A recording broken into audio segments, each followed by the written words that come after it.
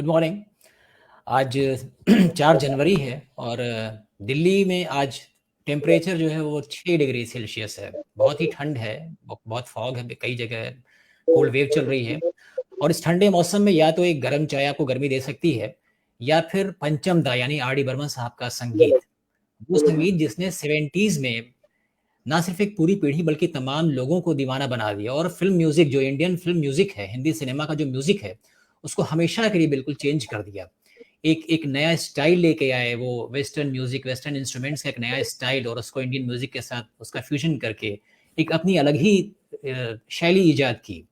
तो आज हम पंचम दा को याद कर रहे हैं। आज उनकी पुण्यतिथि होती है। 1994 में आज के ही दिन उनका निधन हो गया था। He was very young that time, he was just 54 years old. तो मेरे ख्याल से भारतीय फिल्म संगीत के लिए एक बहुत बहुत बुरा दिन था, बहुत दुखद दिन था, क्योंकि उन्होंने इतने सारे संगीत दिए थे और अपने अपने करियर की दूसरी पारी में उन्होंने बहुत बेहतरीन काम शुरू किया था, जो कि लेट 80s में शुरू हुई थी। इजाजत, लिबास, परिंदा, 1942 अ लव स्टोरी, इस तरह की फिल्में कर रहे थे। और रिसेंटली 1942 अ लव स्टोरी बहुत उर्दू पर हिट हुई थी, उसका संगीत बहुत पसंद किया गया था। और हम उम्मीद करते हैं कि आर डी बर्मन साहब का और नया संगीत एक नई पारी में और कुछ सुनने को मिलेगा। लेकिन वो दिन आया, आज का दिन था 1994 में, और उनका निधन हो गया। लेकिन आज हम उनको याद कर रहे हैं तो किसी दुख या किसी शोक के साथ नहीं, बल्कि उनके उस म्यूजिक को जो उन्होंने हमेशा के लिए एक बेहतरीन म्यूजिक दी है, उसको सेलिब्रेट करते हुए, उसको याद करते हुए। तो हमारे साथ एक बहुत ही खास मेहमान जुड़ेंगे। उनका नाम है अनिरुद्ध भट्टाचार्य जी। कोलकाता में हैं, इंजीनियर हैं, IIT के पास आउट के स्कॉलर हैं, बहुत बड़े शौकीन हैं, बहुत बेहतरीन गाते हैं, संगीत के शौकीन हैं। और उन्होंने जब वो उन्होंने लिखना शुरू किया तो 2011 में पहली उन्होंने आर डी बर्मन पर ही लिखी। पहली किताब थी वो, Burman the man the music. और इस किताब को बेस्ट बुक ऑन सिनेमा का नेशनल अवार्ड मिला। तो आज हमारे साथ कोलकाता से अनिरुद्ध भट्टाचार्य साहब जुड़ रहे हैं। भट्टाचार्य साहब, बहुत बहुत स्वागत है आपका। और आपको नमस्कार। पहले मैं लोगों को बता दूं कि आप जो है इस समय कोलकाता एयरपोर्ट पे हैं, दमदम एयरपोर्ट पे हैं। और आपका ये संगीत और पंचम के प्रति प्रेम है कि आप अपनी फ्लाइट के पहले जो समय मिला है 15-20 मिनट, उसमें आप हमारे साथ जुड़ रहे हैं। Thank you so much. नहीं, रेसिप्रोकेटेड। या मैं भी वेट कर रहा हूँ कि ये करके आपने जैसे कहा ना कि गरम चाय, तो मैं भी गरम चाय पीने जाऊंगा। ऐसे तो एयरपोर्ट में एक कप चाय जो बाहर मिलती है 10 रुपये में, उसका ले लेंगे 200 रुपया। अभी वायरल हो रहा था 250 रुपए का समोसा। तुम आ गए हो, नूर आ गया है। राइट। इस सिलसिले में मैं कहना चाहता हूँ कि ये एक प्रोग्राम का अंश है। ये प्रोग्राम हम लोगों ने की थी दुबई में। आई थिंक 2014 या 15 की बात है। तो और पहले मैं कभी फेसबुक पे कुछ अपलोड किया था नहीं।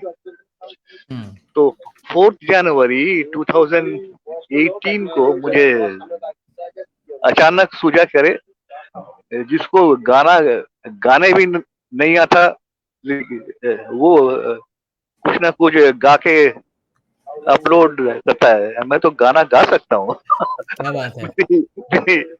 काफी सारी मेरी प्रोग्राम्स है, शोज है, रिकॉर्डिंग्स है। तो for the sake of Pancham, let me upload at least 2 lines which are meant to remember him. So that is the reason these lines sounded like pertinent, right? Yeah, that's true. कहाँ से चले कहाँ पे के लिए, कहाँ से चले कहाँ के लिए, ये खबर नहीं थी मगर कोई भी जहाँ भी जाना वहीं तुम मिलोगे, तुम मिलोगे। तो हम लोग सब तुम्हारे साथ मिलना चाहते हैं पंचम। क्या बात है, क्या बात है। आप We remain with you. Beautiful. आपने आपने आप गीत संगीत के इतने शौकीन रहे हैं, इतना अच्छा गाते हैं। आपने आईआईटी खड़गपुर से पढ़ाई की है, पेशे से इंजीनियर रहे हैं, बहुत ही आपका स्ट्रॉन्ग करियर रहा है, बहुत प्रोफेशनल करियर रहा है। और आपने जब किताब लिखने की सोची तो सबसे पहले आपने शुरुआत की 2011 में आर.डी. बर्मन के ऊपर, पंचमदा के ऊपर। तो जी। What was the reason behind it? I mean what was the idea that made you There was no such specific reason in that sense, but the thing is that I grew up singing songs mostly of him. Okay, so kind of he and Kishore Da, they became my like part of my DNA also. हाँ, क्या बात? सोच रहे हैं तो पंचमदा का कोई गाने के बारे में सोच रहे हैं, सोने जा रहे हैं तो दिमाग में कोई और गाने का इमेजरी आ रहा है। खेलते हैं तो जब मैं छोटा था तब मैं खेलते खेलते जाता था और जाके वो पैरापेट पे बैठ के गाना गाता था। तो तब तो छोटा था तो उतना मालूम था नहीं। अब तो अरे I used to sing all songs of it, R.D. Burman mostly. Subconscious में एक था। So the first time I thought of writing, मैंने सोचा कि चलो लिखना है तो आरडी पे ही लिखते हैं। क्या बात है। तो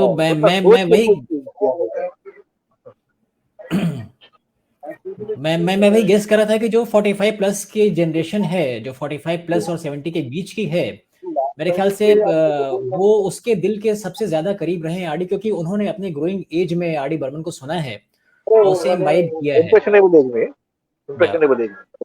हाँ, तो वो एक बहुत अहम है। तो आपको अपने शुरुआती जो अपना बचपना, अपना लड़कपन या एडोलसेंस जो भी याद आता है, तो उसमें कौन से वो गाने हैं जिन्होंने सबसे ज्यादा आपको दिल को छुआ उस एज में? हाँ, ये एक इंटरेस्टिंग स्टोरी है।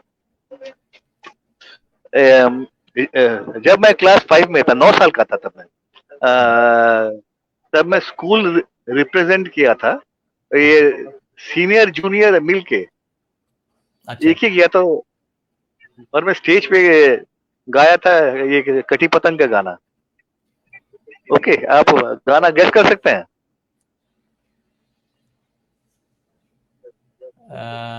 प्यार दीवाना होता है, मस्ताना होता है। खैर, तो तब भी मुझे मालूम था नहीं कि कंपोजर है कौन, राइट। 9 साल की उम्र में तो उतनी नॉलेज नहीं होती है ना, उतना अंडरस्टैंडिंग भी नहीं होता है कि कौन कंपोजर है, कौन लिरिसिस्ट है। गाना है गा देना है, राइट। उसके 1-1.5 साल बाद उस दिन मेरे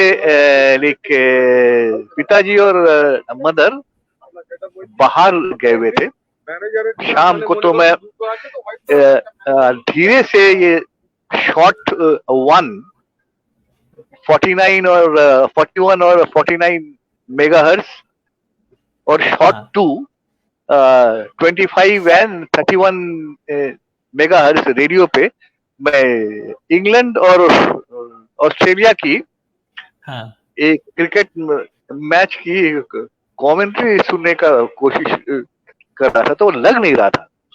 हाँ, वो अचानक वो बिना का लग गया। और हाँ, और बिना का लग के ना, और ये गाना बजने लगा, आजा पिया तो है प्यार दूं, ओ गोरी भैया तो प्यार दूं, किस लिए तो इतना उदास, सूखे सूखे होठ अखियों में प्यार, किस लिए ओ आजा पिया। So you see, I was hearing this song like after God knows like how many years, and I was in a trance. वो like लता जी का उतना हेवनली वॉइस, हाँ, और उतना सिंपली सिटी सुर में तो after the song was complete it was announce कि अभी आपने बहारों के सपने फिल्म का 2 गाना सुना। हाँ, गायिका थी लता मंगेशकर, ये लिरिसिस्ट थे, गीतिकार थे मजरू सुल्तानपुरी, और संगीतकार Rahul Dev Burman. That day I became a die hard fan of R D Burman की। अभी तक मुझे मालूम था कि आर डी का मतलब है मोस्टली जैजी सॉन्ग्स और songs sung by Kishore Kumar, but he also had such a wide repertoire. And it reminded me like so much of my childhood, like when I was a toddler, and it was such a heavenly melody. Okay, नहीं बस आदि को लेके I should start listening to him more. So, that is how the interest grew.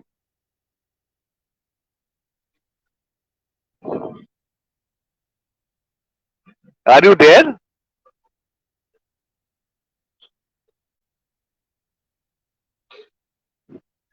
I think he has dropped out.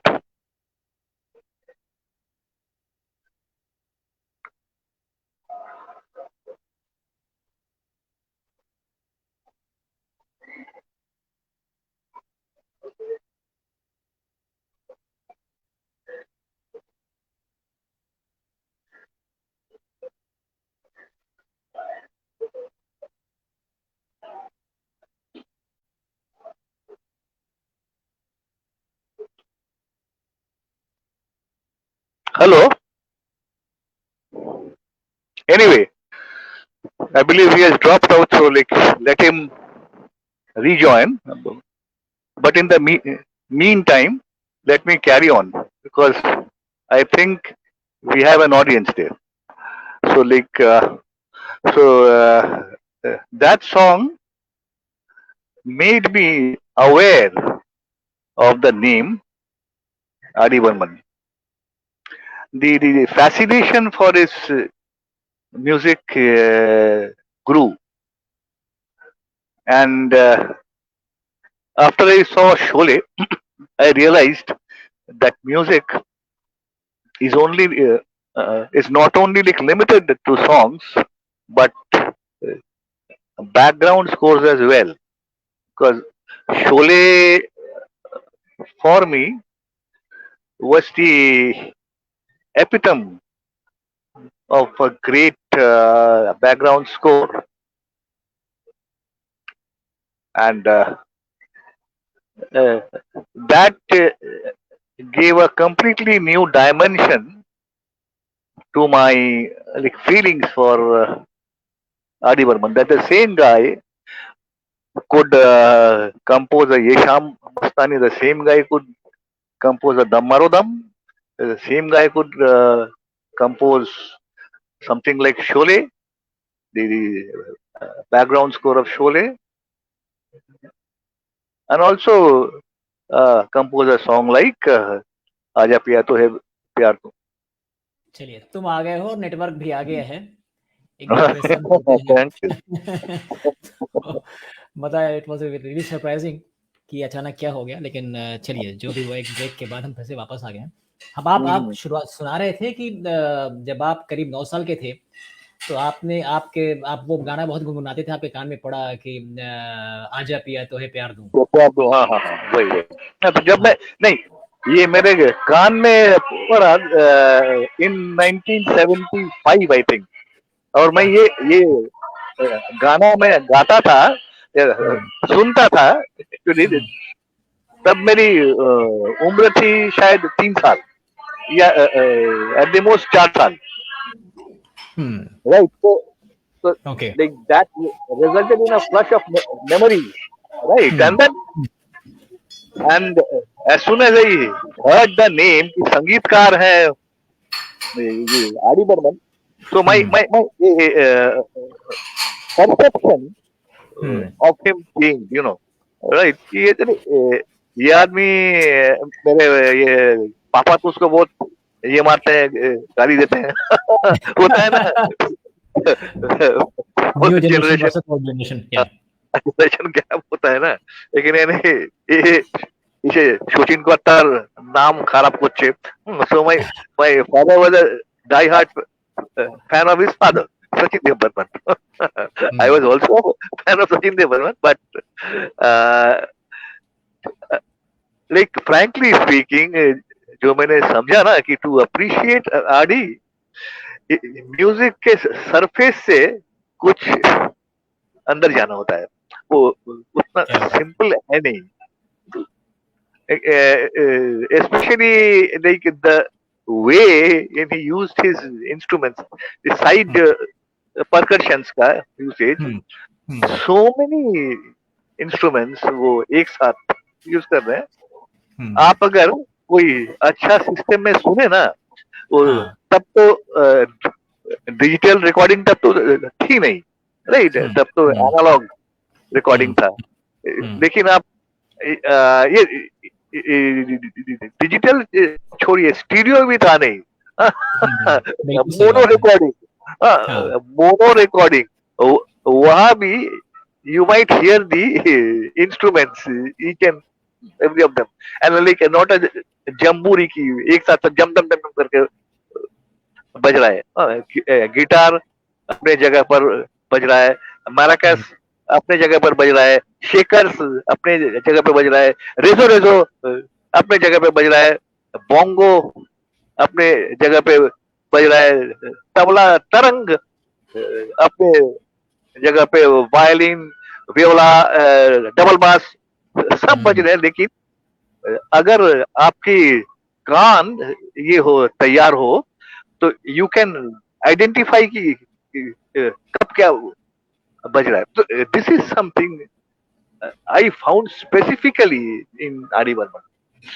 ये लेकिन मैंने उस time के लाइक सिस्टम्स में रिकॉर्डेड मैंने काफी सुनी है, और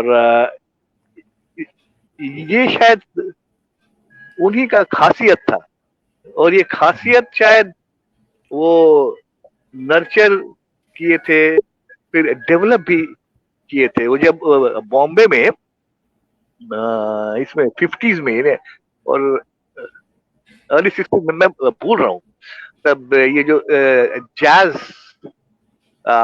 your instrumentalist Dave Brubeck, Dave Brubeck, take 5 जिनका बहुत ही मशहूर कंपोजिशन है।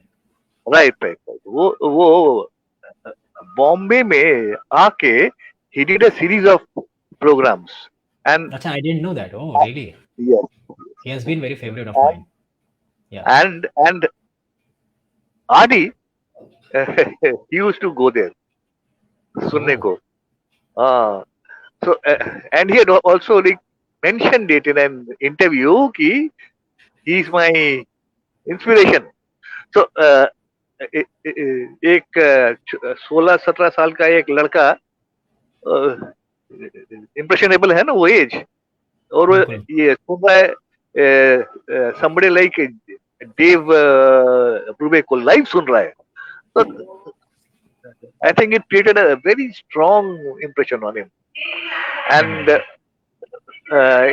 it helped him think differently, right? मैं एक simple to understand ये आपको बता रहा हूँ। आरडी के ऑर्केस्ट्रा में आप सुनेंगे जो रिदम है ना, काफी टाइम में वो सिर्फ ये जो ये बास गिटार है, डबल बास, रिदम निकल रही है। ये जो गाना मैंने अभी बोला ना आपको, आजा पिया, वहां पर ये रिदम बज रहा है डबल बास पे, तबला वबला नहीं बज रहा, लेकिन क्या बात है। जल चुके है बदन कई टंग टंग टंग टंग। ये क्या, ये देखिए, he is obviously like playing the bass notes, but also giving the song its rhythm. टंग टंग या इसी रात में टंग टंग। तो देखिए, नॉर्मली ये कोई अदर अगर ये करता है कंपोजर, दो तीन शायद ढोलक घुसा देता, दमादम बजा दिया, तो वो अच्छा नहीं लगता है, राइट। सिंगर को उसका गाने का पेस चाहिए, do not clutter his or her voice. This I found something specifically in पंचम का, and one of the मेरा भी नेचर है ना कि आई एम वेरी क्लीन। मैं लाइक ड्राइंग भी मुझे जो अच्छा लगता है, लैंडस्केप जो एकदम क्लीन है, एकदम फाइन आर्ट है, नॉट कि मॉडर्न आर्ट की मैं कुछ समझा नहीं है। So this cleanliness in Pancham's orchestra, it also made me a fan in that sense. बहुत अच्छी बात आपने बताई। आपने दो बातें बहुत अच्छी बताई। एक तो ये कि सिंगर के गाने का, उसके टैलेंट का पूरा स्कोप मिलता था उनके गानों में। अपार्ट फ्रॉम दैट, जो कि ये सब तो चल ही रहा था, उन्होंने ऑर्केस्ट्रेशन बहुत ही यूनिक किया ही, बहुत अच्छे थे इंडिविजुअल इंस्ट्रूमेंट के लिए भी काफी स्पेस दिया अपने कॉम्पोजिशंस में। और ये अब जैसे अब मान लीजिए शोले का थीम हम सुनते हैं, तो कैसे उसमें इंस्ट्रूमेंट एक एक करके, वो चाहे वो बैक पाइप हो या और भी चीजें हो, बॉन्गो हो, ड्रम हो, सैक्सोफोन से शुरुआत होती है। तो एक एक चीज की बहुत स्कोप है। और सिर्फ वही शोले ही नहीं हो, तमाम फिल्मों में उन्होंने एक एक इंस्ट्रूमेंट को एक नया कैरेक्टर दिया एक्चुअली अपनी म्यूजिक में। तो ये उनका एक बहुत बड़ा कंट्रीब्यूशन है। वो चीज बहुत अपील करती है, उसका अपने साथ एक साथ उसका ऑर्केस्ट्रेशन भी, उसका असेंबलेंस भी उन्होंने क्रिएट किया, उसका मैजिक जो होता है। एंड अपार्ट फ्रॉम दैट, और इसीलिए आज भी आर डी बर्मन के जाने के इतने साल के बाद उनका म्यूजिक तो जिंदा है ही। उनकी म्यूजिक स्टाइल पे बहुत बात होती है, और यूट्यूब पे तमाम वीडियोस मिलेंगे कि आर डी बर्मन के कौन कौन से इंस्ट्रूमेंट्स हुआ करते थे। उन्होंने कई कई इनोवेशंस की है। वो साउंड्स का इस्तेमाल करते थे अपनी म्यूजिक में। उन्होंने बुलेट शॉट का भी इस्तेमाल किया है। करीब महान फिल्म का गाना प्यार में दिल पे मार दी गोली, ये मैंने ही लिखा था। ये तो अच्छा, ये मैंने ये फर्स्ट लिखा था कि फायर्ड 6 बुलेट्स, C6, राइट। क्योंकि एक रिवॉल्वर में मैक्सिमम आप रख सकते हैं 6। इट वाज आल्सो साइंटिफिक, सोच के क्या ऐसा नहीं कि लॉजिकल यूज था उनके, right. Logical use of bullet नहीं तो नॉर्मली हिंदी फिल्म में क्या होता है, ये लेकिन शत्रुघ्न सिन्हा ये मार रहा है गोली, 50 तो मर दिया। गोली खत्म नहीं हो रही है। एंड अपार्ट फ्रॉम दैट, वो ग्लासेस की, डिवाइन ग्लास की टकराहट का, चुरा लिया है तुमने जो दिल को, तो ये सब जो इनोवेटिव यूज है उनके बारे में कहा जाता था कि भाई वो बर्तन से साउंड निकाल लेते हैं, और चम्मच और कटोरी गिलास किसी भी चीज से। तो उनका मैंने कहीं पढ़ा भी था, बड़ा पैशन था कि वो साउंड्स को बहुत चीज करते थे, और तो सोचते थे कैसे उसको यूज करें। वो बारिश की आवाज रिकॉर्ड करते थे अपनी बालकनी में, मैंने कहीं पढ़ा। तो ये पेडल मटका करके उन्होंने एक मटके का एक इनोवेटिव यूज किया था। और कई चीजें, तुम्बा, एक कलिम्बा करके एक इंस्ट्रूमेंट छोटा सा होता है जो हाथ में करके उसमें साउंड क्रिएट करते हैं। मैंने पढ़ा है कई यूनिक इंस्ट्रूमेंट्स उन्होंने यूज किए थे। तो इसके बारे में आपने जब रिसर्च आप कर रहे थे किताब के बारे में, तो किस किस तरह के इंटरेस्टिंग फैक्ट्स आपको कुछ पता लगे, आप प्लीज शेयर करिए कुछ। देखिए, फर्स्ट ऑफ ऑल काफी सारे नए इंस्ट्रूमेंट्स के नाम जाना वो पहले मालूम नहीं था, राइट। और एक मजेदार किस्सा है, इन द सेंस मैंने ये काम के सिलसिले में रियो गया था। अच्छा रियो, हाँ, Rio de Janeiro. Right.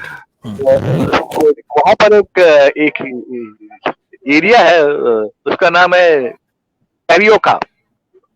Okay.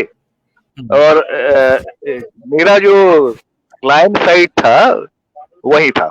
और इंटरेस्टिंगली जो कैरिको का ये कैरियोका का जो मार्केट है, like that is basically the music market of Rio. और कितने भी इंस्ट्रूमेंट्स है ना, सब वहीं पर मिलते हैं। And then I came to know कि Panchamda used to come down to Rio and to Carioca, and then buy instruments from there. हाँ, तो मैंने खोजा भी कौन दुकान हो सकता है, लेकिन वो मुझे मिला नहीं। बट उसी सिलसिले में मैंने काफी घूम लिया और 4-5 ये दुकान में घुस के गिटार भी बजा लिया। अच्छा। You play guitar? या मैं गिटार बजाता हूँ। तो ये सोच के किया कि शायद यहाँ पर पंचमदा आए थे। क्या बात, कनेक्शन है। राइट।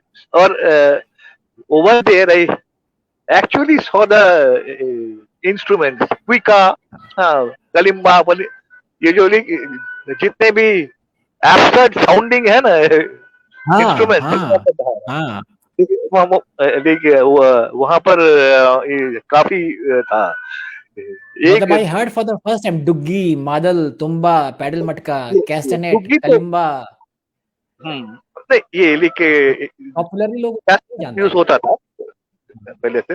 तो मेरे एक दोस्त ने मुझे कहा था कि उनके लिए एक ये लेके जाऊं, एक क्विका लेके जाऊं। हाँ, तो मैं जाके I had like just asked them ki how much will it cost. So it was coming to something around 25,000, right? 25,000 का इंस्ट्रूमेंट में लेके जाऊँ एज अ गिफ्ट, तू आके खरीद ले यहाँ पर।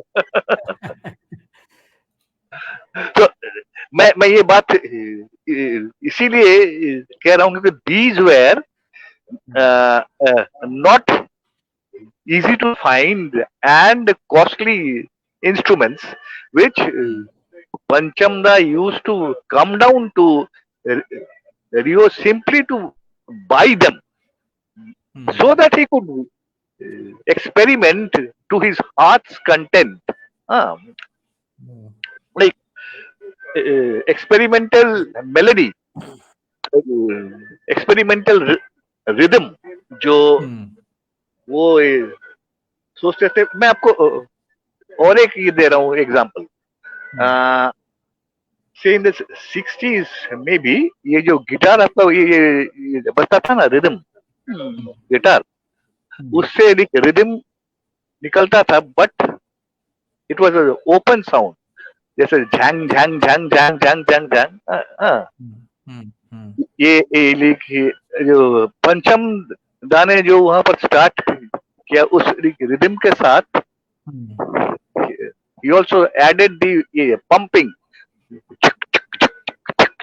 So, ये जो स्ट्रिंग्स का साउंड थोड़ा सा दबा हुआ है, लेकिन the rhythm guitar is actually acting as a rhythm instrument. No, this is something which is difficult to describe, and I can show it someday. Guitar बजा के। I got it.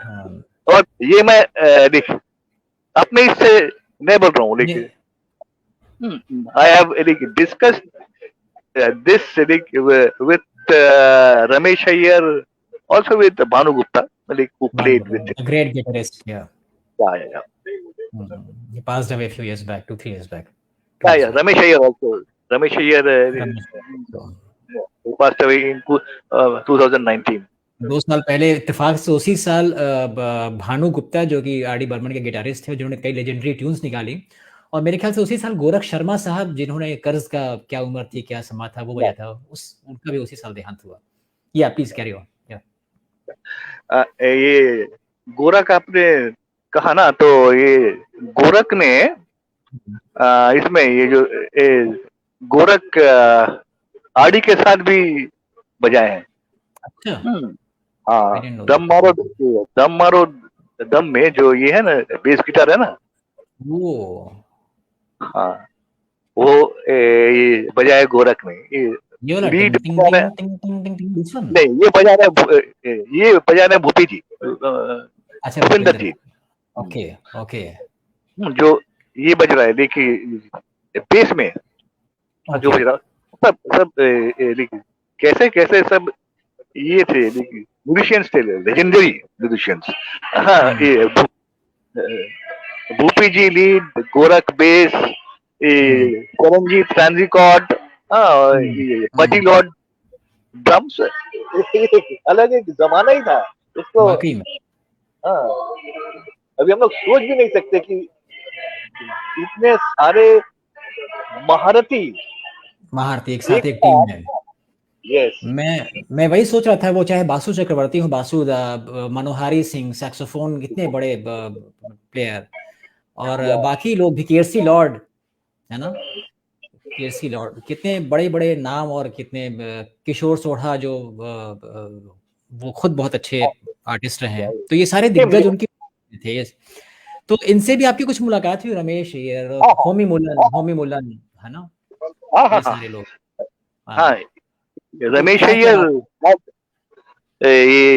become a good friend and like he used to demonstrate कि ऐसे ऐसे मैंने बजाया है। वो तो था डेमोन्स्ट्रेशन था ना, तो वो तो मैंने it is difficult to describe, but Ramesh Ayer used to demonstrate. Bhanuda wrote down a lot of chord charts for me. Curtsy Lord वो कहानियां बोलते थे, but Curtsy Lord he was not a sitting member, he was a recording member, so he did not know the stories behind the scenes. Okay. And yeah, Baji Lord तो थे ही, drummer, xylophone, vibraphone and so many instruments. Baji Lord is a great admirer of Pancham. The reason is he gave him lots of freedom. This is the thing I have in mind. You need to do it. The responsibility is yours. And I am giving you a lot of freedom to do the same. He's still there. He's alive. If you want, you can share it. I would love. अच्छा, ये जो कर्सी Lord के जो छोटे भाई है ना, बजी लॉर्ड। हाँ। I was trying to organize a concert of Pancham's musician in back 2011, and they used to organize concerts every year, I think. Even Manohari Da was alive. He was on dialysis that time because he has some problem. So everything was set, but somehow it could not, could not happen in 2011. So I had a dream really to make Delhi audience, to witness a concert with Pancham's musicians, but that could not happen. लेकिन उन्होंने बहुत सारे concerts किए हैं, और मेरे ख्याल से यूट्यूब पे बहुत सारे उनके कॉन्सर्ट्स पड़े हुए हैं, जिससे बहुत बहुत देखने को और बहुत बड़ा मजा आता है, to relive all that era. और मैं आपसे भी वही पूछा था, उनकी म्यूजिशियंस के बारे में बात कर रहा था. If you go back to his journey, Pancham's journey, तो before getting fledged break as a music composer, he was working as an assistant to his father, I mean legendary S.D. Right. Burman साहब, and कई films में जैसे कहते हैं कि छोटे नवाब उनकी पहली फिल्म थी एज इंडिपेंडेंट कंपोजर। तो ये कहा जाता है कि फिल्म प्यासा में जो सिर जो तेरा चकराया जो गाना है जॉनी वॉकर ने जो गाया है, जो फिल्माया गया है, तो वो क्या उसको कंपोज इन्होंने किया था, उसकी धुन क्या आर डी बर्मन ने बनाई थी? Yes, सिर yes, जो तेरा yes. Okay, Yeah, sure. I have अच्छा verified and counter verified. अच्छा ये अच्छा, पंचम के मोहल्ले में ना हाँ एक भिखारी था। हाँ ओके देख उसको सब कहते थे भोबा पागला। ओके, तो वो उसी एक सिमिलर इस पे लाइक सुर पे लाइक वो कुछ गाना गाता था। So like that served as an inspiration for the tune. ये तो ट्यून तो सिंपल है like that is not something great. वो बन सकता है but yes he did that. लेकिन that shows I mean his talent, his aptitude कि at that very young age है यस ना, यस प्यासा के उस समय उनकी उम्र की मेरे ख्याल से कितनी 15-16 साल रही होगी शायद, हाँ 16 साल। है ना? तो और फिर फंटूश एक और उन्होंने ही वाज क्वाइट यंग, और मैं उन्होंने देखो फंटूश में जो गाना यूज किया था एस डी बर्मन साहब ने उनकी बनाई धुन, वो उनका था। हाँ वो उनका था। that also, और अब he worked as assistant to his father for films like Guide and Bandini, तो that is also true, मतलब वो उन्होंने कई फिल्मों में एज असिस्टेंट काम किया। Yeah, because like you know something which is not mentioned anywhere, and I got it from I think like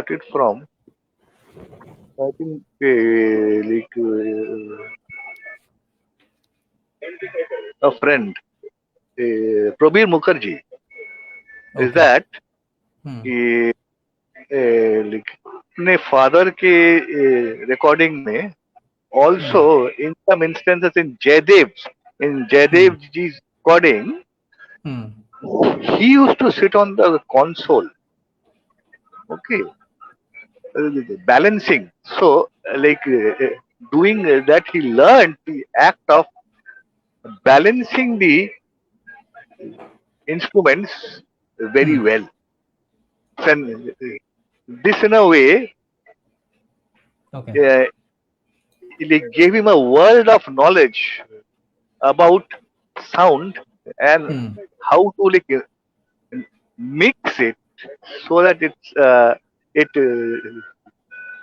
appears pleasing to the ear. ये पंचम दा के गाने में आपको मिलेगा कि जो साउंड है ना, sound is quality is very clean. तो ये this had developed because like he himself had started balancing the sounds on the console during recording from the early 60s. Okay. When he was an assistant. Right? That means that was a very conscious effort, and especially Yeah. तो जो हम पढ़ते हैं अब, जैसे अब तो सारी चीज़ें प्रिंट में जो अवेलेबल है जो उनके बारे में हिस्ट्री, लेकिन आपने तो चूंकि उस दौर को देखा है, महसूस किया है और आपने काफ़ी रिसर्च भी किया है, तो जब देखते हैं कि उनकी जो सक्सेस एक तरह से उनका नाम होना शुरू हुआ, तो वही जो गाना भूत बंगला का आउट ट्विस्ट करें वहां से शुरुआत होती है उनके फेम की। देखिए उनकी फेम की शुरुआत इट स्टार्टेड विद मतवाली आंखों वाले। like fame in the sense hit because मतवाली आंखों वाले it was a huge Binaka hit. Okay. It was ranked 5th. छोटे नवाब मुझे गाना है। And that very first film. Yes. और ये आओ ट्विस्ट करे तो सेकंड था बिनाका में। So like that was also a very big hit. Like in terms of like common man ये पॉपुलैरिटी, राइट, जनता उसको ग्रहण कर सके। अभी ये लाइक जनता पंचम के जो फाइनर नुआंसेस हैं, they started accepting gradually. समझ लगा। सो जैसे पंचम so called first recorded song, complete song, which was released, Ghar Aaja, Ghirayi, that became well known much later, right? Because it takes some time to sink in that sense. I read somewhere that in the beginning of his career, R.D. Burman साहब के, the father and son duo used to go on walk on beach, and I don't remember, maybe S.D. Burman साहब अकेले ही जाते थे, तो उन्होंने लौट के कहा कि आज मैं वॉक कर रहा था तो किसी ने कहा कि वो देखो ये R.D. बर्मन के फादर हैं. So now I recognize your work, your performance as a music director. So is it the real incident? What exactly? Real. When did it happen? Yeah, कौन सा दौर होगा ये? Yeah, this happened around 71, right? Around the time, yes. Now, SD, right, at that time, and SD used to go for a morning walk since the late 50s. 60s भी जाते थे और 70s भी कुछ दिन गए थे. So and HD, was a very strict kind of a man, a stern personality, right? और तो ये जो थे और भी मॉर्निंग वॉकर्स कहते थे, ये देखो SD बर्मन जा रहा है. हाँ रे हाँ, SD बर्मन जा रहा है. तो एक दिन उनको सुनने को मिला कि किसी ने कहा ये देख R.D. बर्मन का बाप जा रहा है. अरे अच्छा, गुड. अब लोग मेरे बेटे के नाम से मुझको पहचानते. तो आपने बड़े डिटेल में बहुत अच्छी बातें बताई. एक एस्पेक्ट और मैं सोच रहा था, since you are quite senior and you have witnessed all 70s cinema and all, तो जो थीम म्यूजिक होती थी, जो टाइटल ट्रैक आमतौर पे जिसको कहा जाता था, और थीम म्यूजिक वेस्ट में बहुत आता है साउंड ट्रैक के तौर पे, क्योंकि वहाँ पे गानों का उतना चलन नहीं है. तो हमारे यहाँ मैं देखता हूँ, when I look back, Sholay का टाइटल ट्रैक, जो शोले थीम जिसको कहते हैं, ये तो super duper hit, all time मतलब हिट है. ये आज भी कोई ऑर्केस्ट्रा शो होता है तो वो बजाते हैं, और हमेशा से. और बल्कि मैंने यूट्यूब पे क्लिप देखा, इमरजेंसी के समय जब दिल्ली में गीतों भरी शाम एक संजय गांधी ने कराया था, और पूरी मुंबई से पूरी फिल्म इंडस्ट्री चली थी यहाँ परफॉर्म करने में. दिलीप कुमार साहब भी थे, R.D. बर्मन के म्यूजिशियंस थे, सब कुछ थे. तो that show started with Sholay theme. R.D. Burman साहब ने लाइव उसको स्टेज पे परफॉर्म किया था. तो शोले थीम जो उन्होंने बनाया था वो लेजेंडरी है, इसमें कोई शक नहीं है. तो शोले थीम, और इसी तरह से बाकी फिल्मों में द बर्निंग ट्रेन का टाइटल ट्रैक जो था, शान का तो बहुत ही, वो भी ऑर्केस्ट्रा का मोस्ट फेवरेट. तो इस तरह की शालीमार का लेजेंडरी है. शालीमार में एक रोमांटिक थीम भी है, एक अलग से बहुत खूबसूरत है वो. तो ये क्या, जाहिर सी बात है, ये प्रोड्यूसर का या डायरेक्टर का कॉल होता है, बट R.D. बर्मन के साथ ही ज्यादा देखने को मिलता है. तो क्या इसके लिए किस तरह से उन्होंने स्पेशल एफर्ट किया, या क्या उनका एक थॉट क्या था इसको लेके, थीम म्यूजिक को लेके? कुछ आपको इसके बारे में कुछ इंसाइट मिला? इंसाइट है कि like number one, like R.D. used to watch a lot of foreign films. So the importance of background scores, वो उनको मालूम था कि क्यों चाहिए. हाँ, और अगर चाहिए तो how do I manage it? And they used to work hard. Normally most composers क्या करते हैं, जो फिल्म के वो गाने हैं उन्हीं का ये बजा देते हैं, या कुछ सिलेक्टेड इंस्ट्रूमेंटलिस्ट को, ट्रैक, हाँ या के लाइक कुछ 4-5 ये सिलेक्टेड इनको लेते हैं इंस्ट्रूमेंटलिस्ट, एंड दे से कि प्ले अ धुन, प्ले अ राग।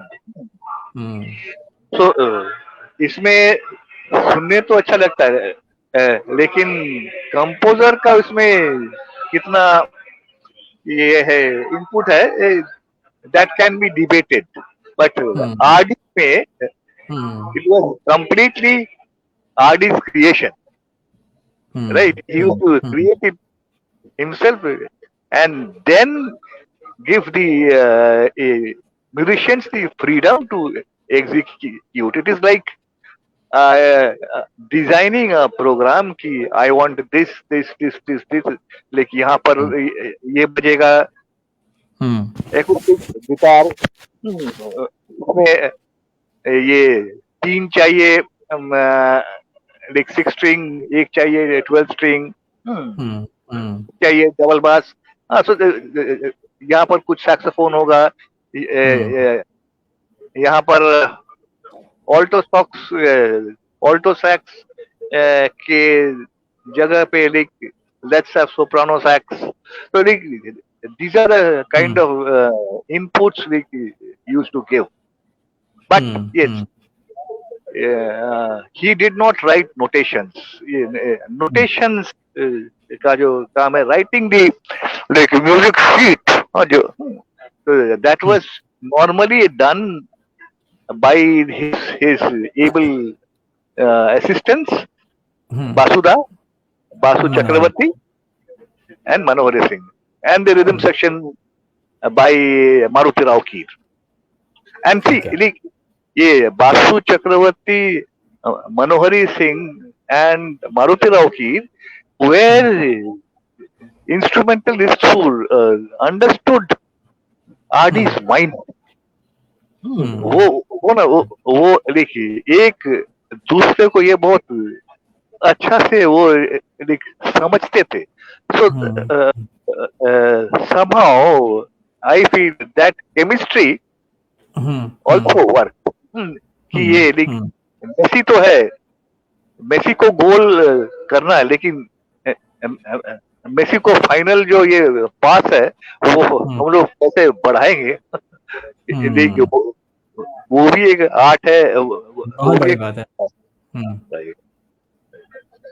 ये मैं आप जो बता रहे हो, ये जो उनके कोर मेंबर्स थे उनकी टीम के, ये सारे लोग including Bhanu Gupta and all, मैंने वीडियो देखा था, सुन रहा था कि while composing the song of ऐसे ना मुझे तुम देखो, है ना, the film of देवानंद की, I think डार्लिंग है ना. उसको जब वो कंपोज करने के प्रोसेस में थे तो his inspiration was Mozart's Fifth Symphony, I think the number is right if I'm recalling right. तो and he has some impression in his mind, और उन्होंने फोन किया उनको, उनके पास उसका रिकॉर्ड नहीं था, एलपी नहीं था. उन्होंने कॉल किया अमित कुमार को. अमित कुमार का मैंने मेमोर सुना था, और अमित कुमार से कहा था, क्योंकि किशोर कुमार साहब के पास एक बहुत बड़ा कलेक्शन था रिकॉर्ड्स का, एलपीज का, वेस्टर्न म्यूजिक का. तो उन्होंने अमित कुमार को फोन करके बोला कि दादा के पास से ये तो मोजार्ट की फिफ्थ सिम्फोनी का एलपी लेके तुरंत आ जाओ मेरे पास. तो उसने कहा क्या है क्या, उसने कहा बस तुरंत आ जाओ. वो पहुंचे, उन्होंने बोला कि वाह वाह यही म्यूजिक है, दिस आई वांट. तो उन्होंने कहा कि भाई ये तो पहले ही यूज हो चुका है, बहुत पहले, इतना ना मुझको प्यार करो कि मैं हूँ बादल. तो फिर he got disappointed but he kept thinking. फिर शायद भानु गुप्ता ने या किसी ने गिटार पे उससे जुड़ी थोड़ी सी म्यूजिक सुनाई, बोला कि दादा ये थोड़ा सा मैंने निकाला है. फिर उन्होंने उसको जोड़ के he went to the washroom and he came back after 10 minutes. He said गाना is ready, गाना तैयार हो गया. तो उन्होंने फिर वो कंपोज किया, ऐसे ना मुझे तुम देखो. तो बहुत अच्छा गाना बना. तो जो आप उनके टीम मेंबर्स की बात बता रहे थे कि they could read his mind, तो वो ट्यूनिंग जो थी वो कोर मेंबर्स, इसीलिए मुझे लगता है कि उनके टीम मेंबर्स का नाम अपने आप में एक मेंबर जो है वो आइकॉनिक इंस्ट्रूमेंटलिस्ट रहा है. एग्जैक्टली बहुत ही अच्छा परफॉर्मर रहा है. तो इसीलिए हाँ, इसी सिलसिले में you have so many composers. हाँ, इतने सारे हैं. हाँ, लेकिन किसी के जाने के बाद भी उनका जो ये टीम मेंबर्स है, उनका ऑर्केस्ट्रा इतना फेमस, बिल्कुल। हुआ नहीं। बट आदि शोज, आदि तो है नहीं, ये किशोरदा भी है नहीं, लेकिन आदि shows kept on happening and like they are still happening. Like that is the most encouraging part of the game. So that way he created an institution actually.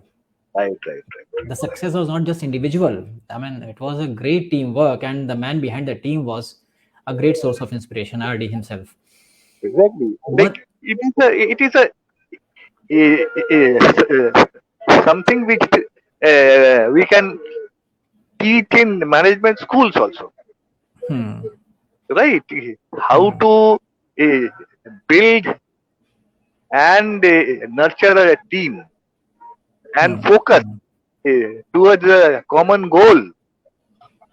ये आसान काम नहीं है। देखिए आजकल तो ये YouTube पे सभी आके देते हैं ज्ञान कि think out of the box. हाँ, ये man and lot of rubbish. But this is a real life example how somebody actually did this in a place like Indian film music, जहाँ पर there are lot of internecine rivalries. One musician cannot see another eye to eye, right? True. वहाँ पर combining a huge bunch of talented artists and come out with ethereal musical scores. This is, I think, this was first demonstrated by R.D. only. True, absolutely true. I hope you're keeping an eye on your flight status in the meantime, yes. Because so, I'll be leaving right now to have some food. Yeah, before the closing note, I just want to, we discussed so many aspects of his music and his way of creating music. मैं बस एक आखिरी सवाल आपसे ये पूछना चाहता हूँ कि आप तमाम लोगों से आपने मुलाकात की, उनकी शख्सियत, उनका अप्रोच लाइफ को लेके किस तरह का था, किस तरह की शख्सियत थी उनकी, what kind of personality he was in life? Real life एकदम दिलदार कहते हैं ना, एकदम he was somebody like he believed in equality, absolutely no ego, and right, and like suppose he knows you, he meets you at a railway station, and he used to he was very warm. अरे इतने सालों बाद मिले, अरे चलो एक cigarette पीते हैं, हाँ चलो कुछ खाते हैं. Beautiful. Very jovial, like very, वही अंग्रेजी में इसका कोई शब्द नहीं है, दिलदार. एकदम beautiful.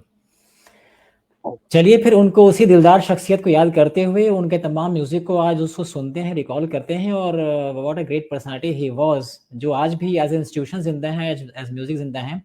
Thank you so much Bhattacharya साहब, आपने बहुत ही मुश्किल के बीच में समय निकाला. एयरपोर्ट पे आप फंसे हुए हैं, फ्लाइट लेट है, लेकिन आपने हमसे बातचीत के वक्त निकाला. Thank you so much.